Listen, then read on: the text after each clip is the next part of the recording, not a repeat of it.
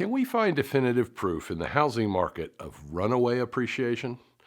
Of home values moving higher far too fast? Of appreciation hitting an unsustainable stride? As a homeowner, I'm happy when home values move higher, and today home values are soaring. But you have to wonder, is there a point where it becomes too much of a good thing?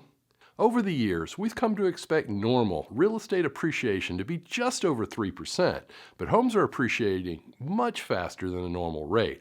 Home values are moving higher fast enough to cause alarm bells to ring, and today's report will show you exactly how the housing market has performed and where we're likely headed from here. So, hold on to your seat and get ready to see how home values today are moving like a runaway train.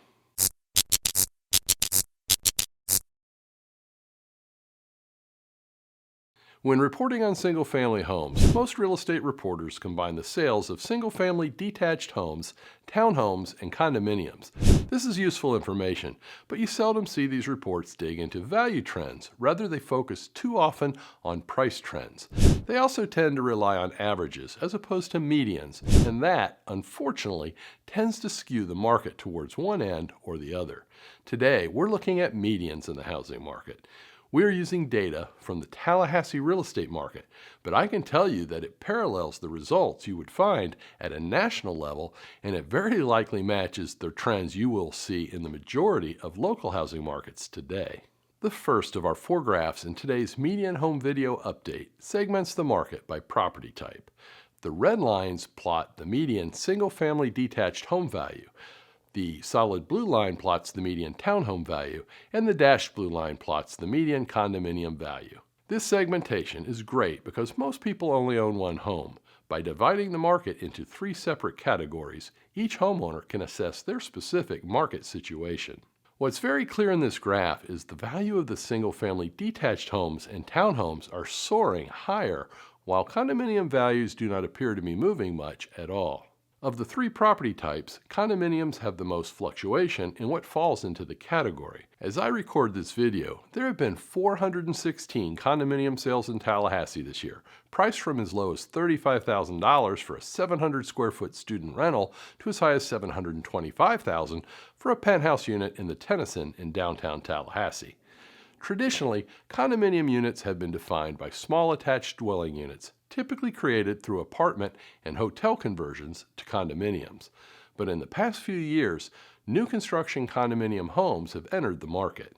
There have been many units sold in new condominium neighborhoods that look very much like traditional single-family detached homes, but the neighborhoods were set up as condominiums. These are currently fetching from $300,000 to over $500,000, so they definitely skew the median higher. For this reason, we could see a huge jump in the median condominium value should the number of student rentals sales fall below the number of downtown and new condominium neighborhood unit sales. This graph segments the market between new and existing homes, reporting the collective median value for single-family detached homes, townhomes, and condominiums.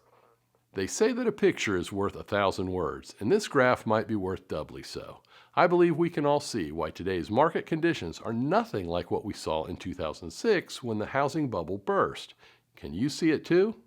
Take a look back during the housing market expansion phase from 2003 through 2006. Builders were able to bring homes to the market at values many buyers could afford. In fact, they were so affordable that there was very little difference in values between new and used homes. But times do change.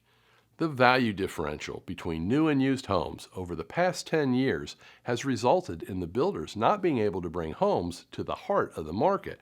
Rather, they are only servicing the top 20% or so of home buyers.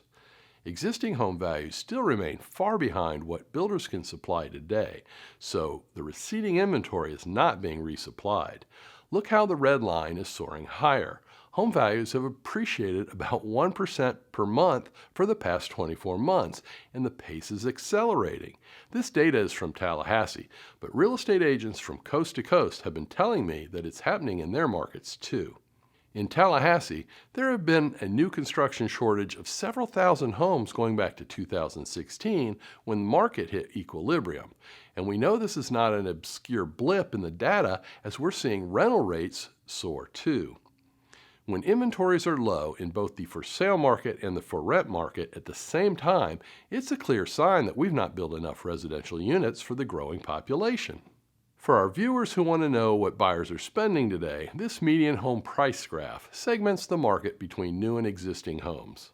Much like we saw in the previous graph, the middle of the market prices are soaring in 2021. From 1991 through 2010, the median new home price and median existing home price were usually within $50,000 of each other.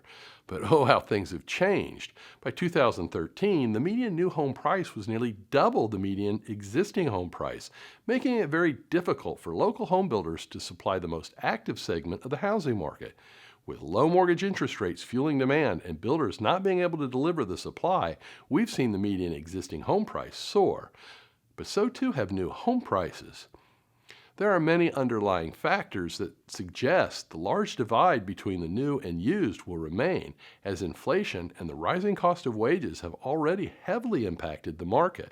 Couple that with the lack of developed lots, and there's plenty of reason to fear the median new home price will push above $400,000 in the next few years. At the beginning of this video, I pondered whether the rapid appreciation of homes was too much of a good thing. I believe the final graph and explanation in today's video make it clear that yes, it has been far too much of a good thing. This graph plots the change in the median home value each year and reveals the impact that the diminished inventory of homes for sale is having on home values. The market has been undersupplied since the end of 2016, so home values continue to move higher at an accelerating rate. When the year began, I forecast double-digit appreciation. By mid-November, the median home value has risen more than 11%, which is an annualized rate of nearly 13%.